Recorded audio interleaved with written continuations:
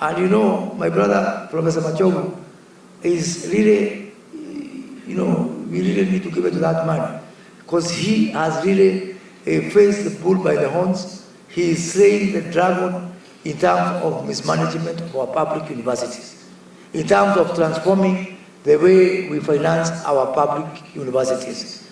And so therefore, I'm also asking public universities, which are also state corporations.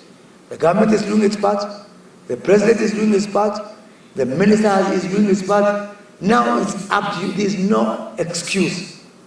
There is no excuse for not having prudent financial management. Through the new financing scheme for our universities, we are sure that our universities can be afloat. We are sure that our universities can break even. So therefore, I want to call all the members from the councils, from our universities, and all of us really, to really put special emphasis on this issue of financial prudence.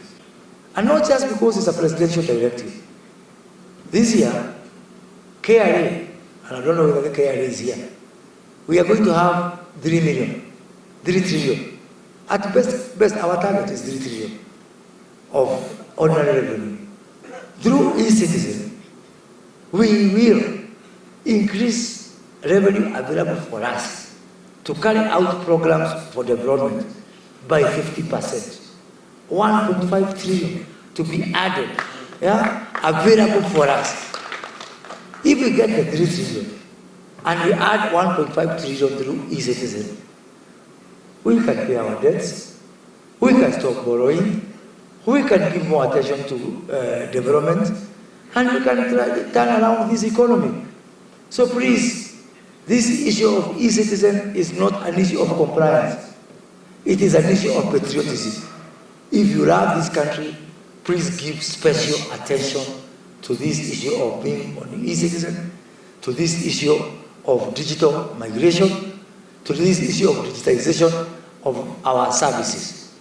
Today, 5% of you are giving dividends to government, 5%. Yet, Kenya Commercial Bank, for which Kenya government only owns 17%, it is giving more dividends to government than all of you combined. Because people who are there and who are using their brain that time, they privatized Kenya Commercial Bank, which one day was a full-fledged parastatal. Today, Kenya government owns only 35% of Safaricom. Safaricom gives Kenya government more dividends than all of you combined. KICC, before we had the climate summit, it was known more for the mende and the rats that are, running inside that building. When we try to privatize, timunauza. It is our heritage. Is poverty your heritage? Is poverty your destiny? I want someone here to tell me, I am so proud. Don't sell poverty. Poverty is inheritance I got from my grandfather. How can you sell my piece of poverty? I want to bequeath it to my children. Tutumia akili jamani. Tafadhali, let us do what is sensible. We must democratize this society. Democratize this society means it's not here in Naivasha, in Nairobi, in Mombasa, mpaka mashinani. That is why I am very happy with what we are doing with the judiciary, giving access to justice to everyone. Hata yule mtu who is not represented here, he is not represented on Twitter, hayuko kwa TikTok na kwa Instagram, hata hao wako na nafasi. And we must give light and voice to all those people who are not in the table. Because the problem in this country, if you make yourself to the table, you only come with your agenda, and all the other Kenyans are on the menu. Now I'm saying it is a time for all of us. You who is on the table, Kenyans who are not there, everybody will be on the table, not on the menu. ICS is committing to promoting the practice of good governance in our state corporations, just like I've said. This year, 2024, the Institute has lined up a series of trainings relevant to the board members, senior management and secretariats in state corporations, and we have got the information which will be shared with all of you. I don't want to get into that detail, but some of them are touching on board evaluation, which is very key.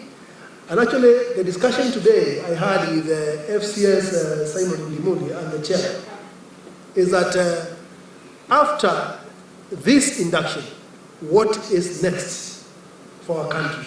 And we were saying, after you have all been trained and considering the budget that you normally expend in the interest of the public, the next stage should be to find out what is the impact of this training. And therefore, board evaluation comes into being. Those academicians who are here, I wish to mention that probably those who are doing PhDs and so on and so forth, that's a subject matter you can research on and give us an authoritative outcome so that as a country, we are able to speak from a point of knowledge. And sir, we are also assisting our neighbors like Tanzania and Uganda, so that they also come into the same platform, so that when we are talking about governance issues, it becomes an agenda at the East African community. The purpose of this training is to try and consolidate the thinking of all public service towards delivery of the Kenya Kwanza Manifesto, the better agenda. And we are sensitizing and taking these board members and CEOs through this Mongoza training to reinforce on corporate governance, reinforce on the integrity of board members, so that they can deliver on the agenda of this government. We have the pleasure, Honorable CS, to have people here drawn from various experiences, various field of expertise. You know, the chairs and the directors and everybody, they are drawn from public service, those who have been in public service, private sector, some of them even businessmen.